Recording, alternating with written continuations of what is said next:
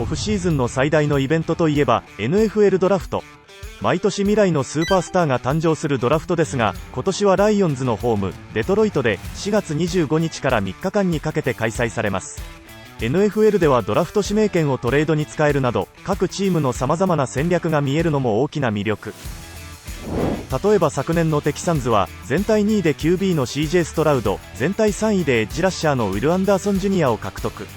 チームを背負う攻守の要を獲得したことにより、23年シーズンは低迷を抜け出し地区優勝を果たしました。その一方で全体1位でパンサーズが獲得した QB のブライス・ヤングは低迷に苦しむチームにおいて満足なパフォーマンスができず、一気に評価を落としてしまった1年となりました。各チームの様々な思惑が色濃く出る NFL ドラフトですが、今年もカレッジフットボール怪物調査と題してドラフト上位指名に食い込んできそうな選手たちをご紹介していきます。今回は QB 編、やはり最も注目を浴びるポジションであり、多くのチームが狙いたいポジション。今年の現時点での指名順位トップ10がこちら。今年トップ3の指名を持っているのはベアーズ、コマンダース、ペイトリオッツ。この3チームに関しては絶対的な QB がいるわけではなく、 QB の獲得レースに参戦してくる可能性が高いでしょ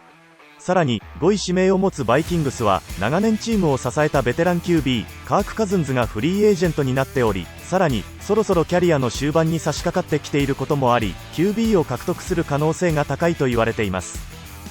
今回は PFF が発表しているドラフト候補生のポジション別ランキング上位5名をご紹介。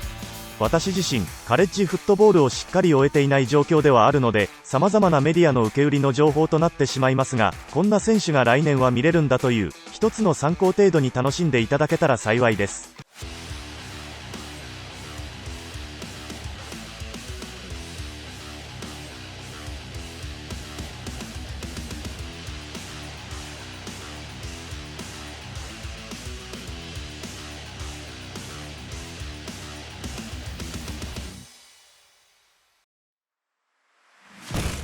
まず PFF のポジション別ランキング、QB 部門で堂々の1位に輝いているのが USC 大学のケイレブ・ウィリアムス。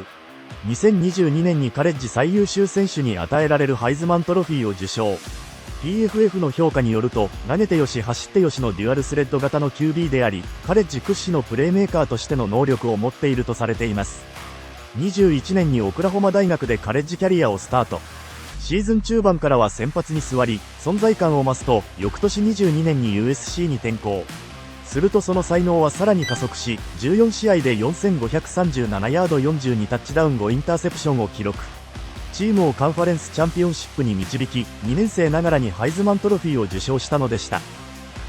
PFF のスカウトレポートによると、5つ星リクルートとしてカレッジ入りしたウィリアムスは、2005年のレジー・ブッシュ以来の USC が輩出したハイズマンウィナー。185センチ98キロ、めちゃくちゃでかいといったわけではないですが、強靭なフィジカルが魅力の選手。長所には素晴らしい強肩で、どの距離にでも強烈なパスが投げれるのが最大の魅力とし、さらに正確性、パススピードなどもカレッジトップクラス。ポケット内での危機察知能力も高く、自らスクランブルで突破できる技術を持っているとのこと。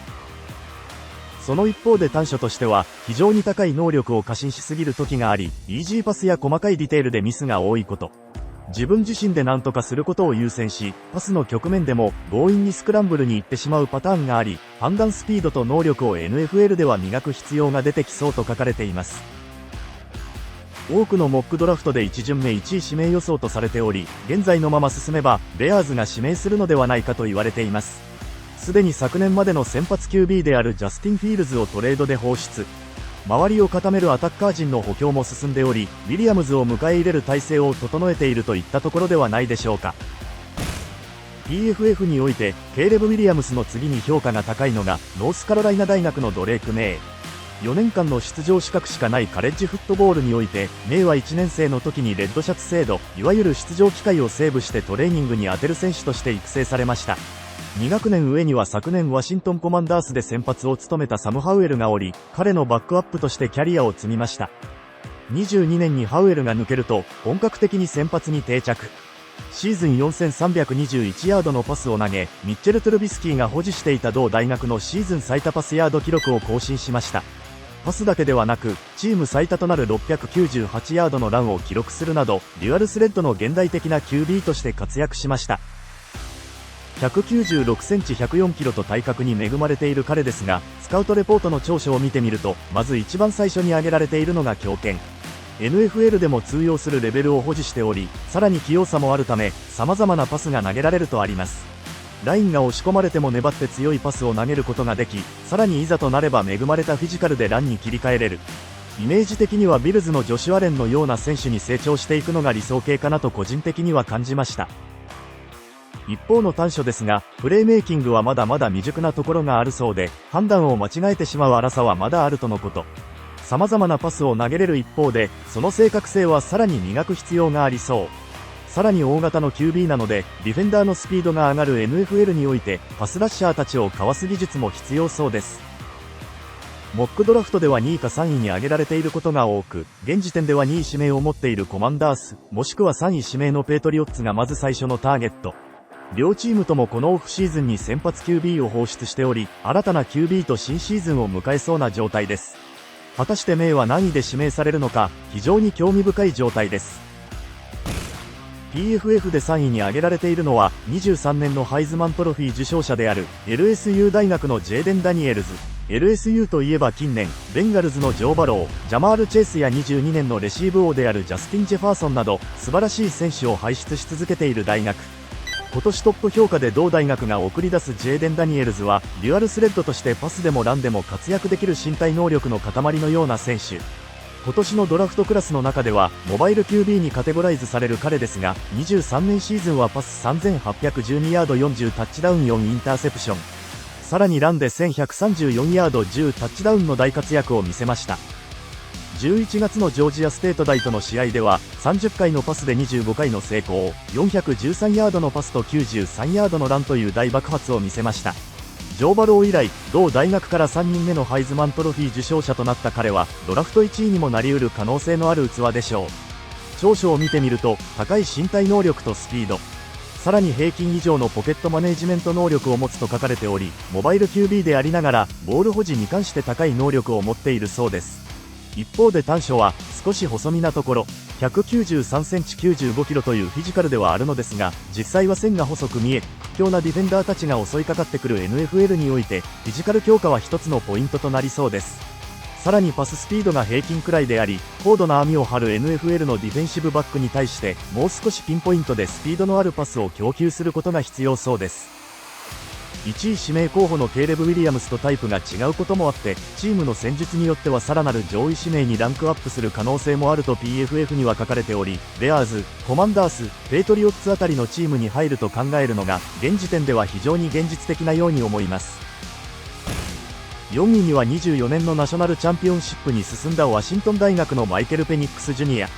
2018年にインディアナ大学でカレッジキャリアをスタートした彼ですが、3試合に出場した後前十字靭帯の大怪我をしてしまい長期離脱。そこから21年までの4年間怪我に苦しみながら過ごしていました。転機が訪れたのは22年のワシントン大学への転校。22年シーズンは同年のカレッジフットボール最多となる4641ヤードのパスを投げ、同大学の最多パスヤード記録を更新。このタイミングで NFL 入りするのかと思われましたが、残留を表明。23年シーズンもパス4218ヤード33タッチダウン9インターセプションを記録し、ハイズマントロフィーのファイナリストに選ばれました。今年のドラフトクラス屈指のパサーの一人であり、昨年の CJ ストラウドの成功を見ていると、獲得したいチームは多いのではないのかな、と個人的には感じました。長所としては、強い肩と素晴らしいパススピード、さらにディープゾーンへの正確性、そしてアグレッシブなメンタルが魅力。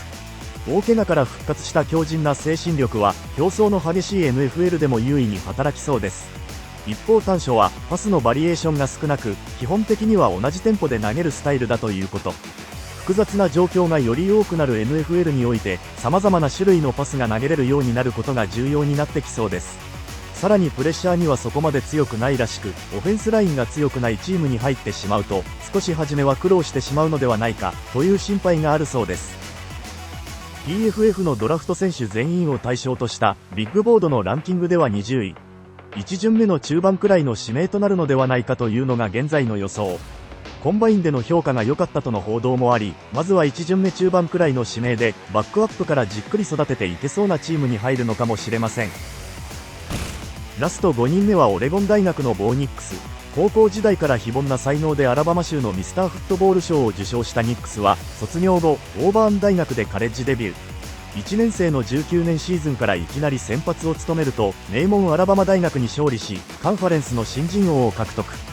好不調の波が少しある QB で先発の座を譲ることもあった2年生、3年生時代ですが、上位チームにアップセットをかますなど大舞台に強い部分があるそうです。